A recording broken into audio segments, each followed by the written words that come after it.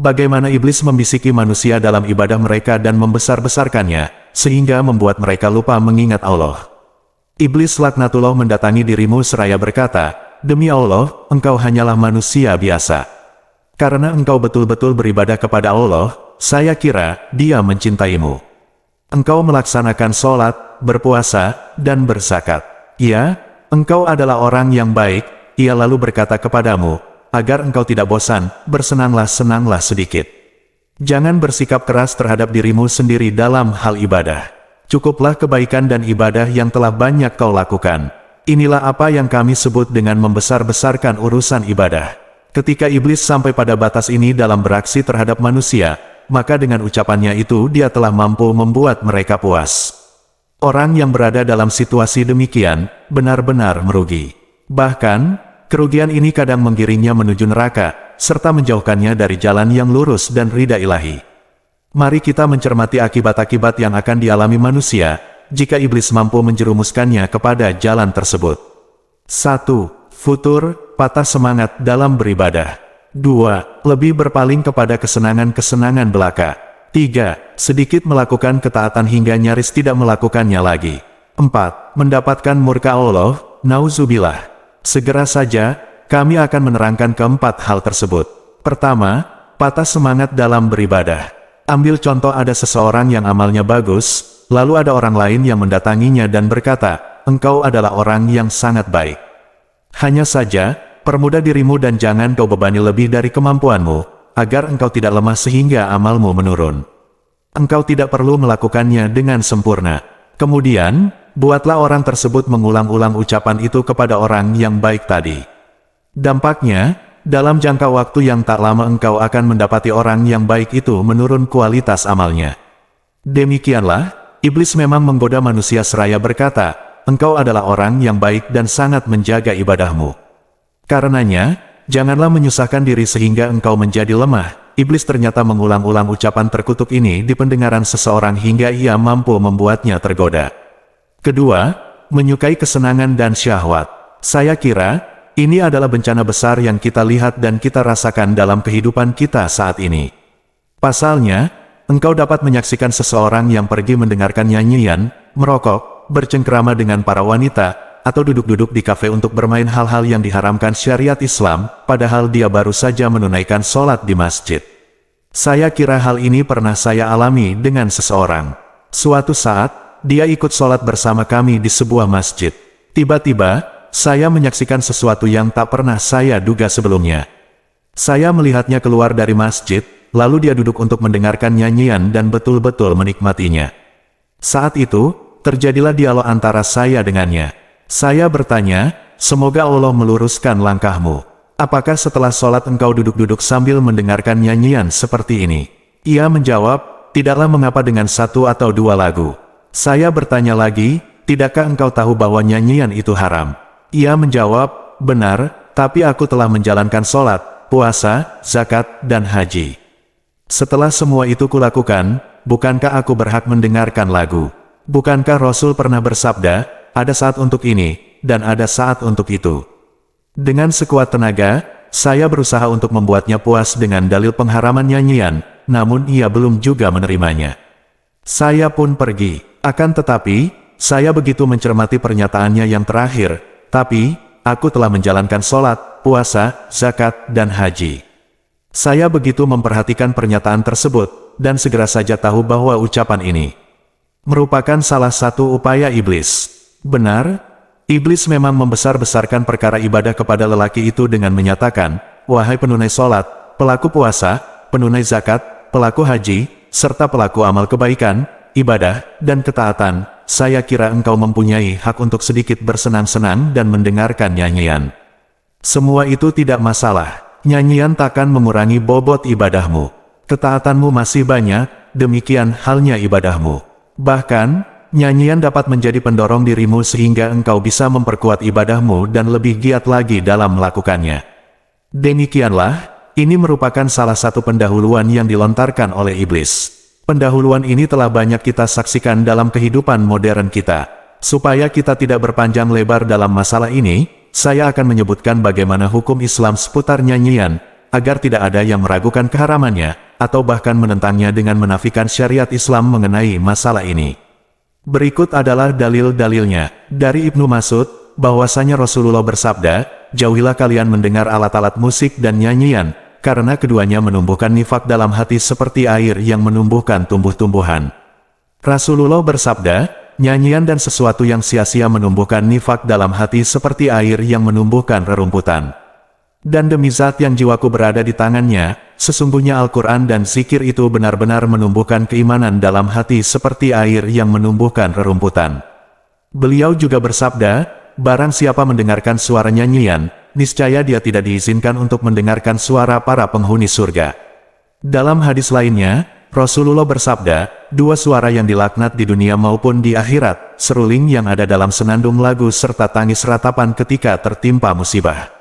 Imam Qurtubi berkata, mereka mengharamkan nyanyian yang dilantunkan oleh para wanita yang bukan mahram, baik secara langsung atau tidak langsung, di balik tirai, merdeka atau hamba sahaya. Dalam hal ini, sama saja apakah mereka memperdengarkan syair atau Al-Quran, karena dapat merangsang syahwat dan dikhawatirkan terjerumus pada fitnah, apalagi jika mereka melakukannya. Karenanya, mendengarkan semua itu seperti halnya melihat bagian-bagian tubuh mereka yang indah. Bahkan, dampak buruk yang ditimbulkan oleh nyanyian seorang perempuan lebih cepat dibanding melihatnya. Sebab, pengaruh pendengaran itu lebih membekas dalam jiwa sebelum melihat orangnya.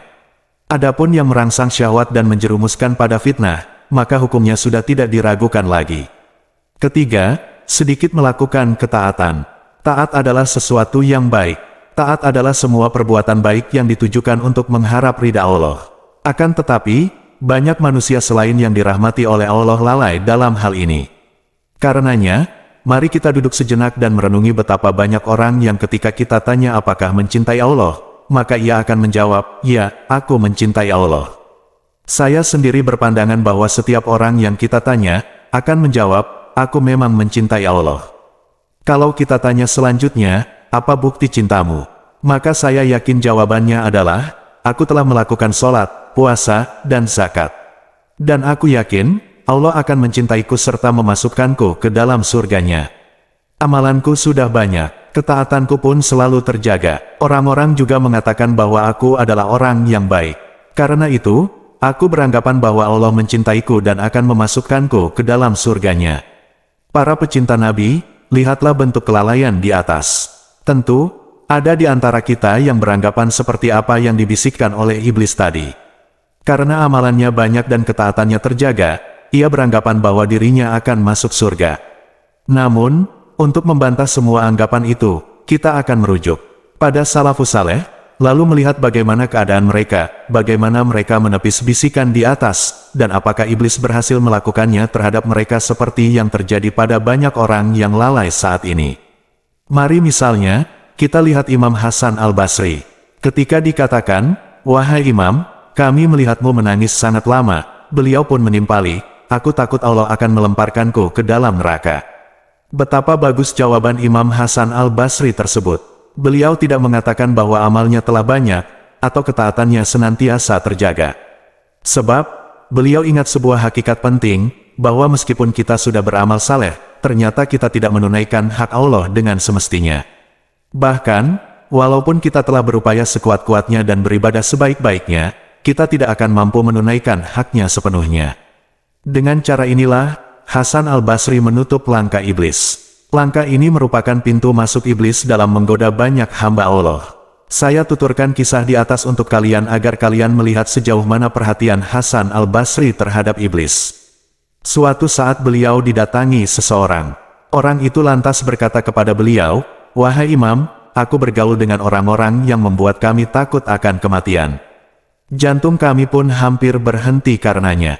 Hasan Al-Basri lalu berkata padanya, berteman dengan orang-orang yang membuatmu takut agar engkau menemukan ketenangan, lebih baik daripada berteman dengan mereka yang membuatmu tenang hingga dirimu terjerumus pada bahaya. Dari sini jelaslah bagi kita bahwa Hasan Al-Basri tahu lelaki tersebut telah terfitnah.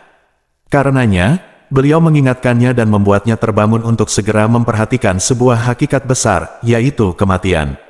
Keempat, mendapatkan murka Allah. Nauzubillah, apabila manusia telah digiring oleh iblis untuk bangga dengan amal ibadahnya, maka Allah akan menolaknya dari rahmatnya, sekaligus marah kepadanya. Dengan amal yang sedikit, bagaimana mungkin manusia bangga hingga mengatakan, bukankah kami telah melakukan sholat, puasa, dan zakat, tidakkah cukup semua ini? Apa yang sebenarnya kalian inginkan? Bukankah semuanya telah cukup bagi kami untuk masuk surga? Maka kepada orang seperti ini, kita katakan, ingatlah wahai orang yang lalai, jika engkau mengira masuk surga dengan amalmu, maka engkau telah merugi. Engkau tidak beruntung sedikit pun. Amalmu akan hilang sia-sia, sebab surga tidak dapat diraih tanpa rahmat Allah. Amal perbuatanmu, meskipun telah bertambah, tidak akan membuatmu mewarisi surga. Surga adalah rahmat yang dilimpahkan oleh Allah kepada kita, bukan karena amal kita.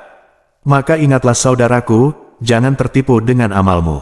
Ini adalah sesuatu yang dinyatakan oleh Nabi Muhammad dalam sunnahnya, seperti hadis yang diriwayatkan oleh Abu Hurairah. Dia berkata, Rasulullah bersabda, amal seseorang di antara kalian tidak dapat menyelamatkan dirinya.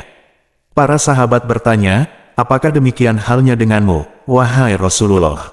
Beliau menjawab, tidak juga denganku, kecuali jika Allah melimpahkan rahmatnya kepadaku. Hadis lainnya adalah riwayat Aisyah dari Rasulullah. Beliau bersabda, tepatkan dan sesuaikan, serta berilah kabar gembira, karena sesungguhnya seseorang itu tidak masuk surga disebabkan oleh amalnya. Para sahabat bertanya, apakah begitu juga dengarmu, wahai Rasulullah? Beliau menjawab, benar, kecuali jika Allah melimpahkan ampunan dan rahmatnya kepadaku. Melalui dua hadis yang sangat bermanfaat di atas, kita dapat memahami bahwa tidak ada orang yang masuk surga secara mutlak dengan amalnya. Perkara masuk surga adalah disebabkan oleh rahmat Allah. Oleh karena itu, janganlah tertipu dengan amalmu, kemudian engkau mengatakan, Allah akan memasukkanku ke dalam surganya karena sholat, puasa, dan zakat yang kutunaikan. Akan tetapi, katakan, aku melakukan sholat, zakat, puasa, dan aku sangat berharap agar Allah memasukkanku ke dalam surganya dengan rahmatnya.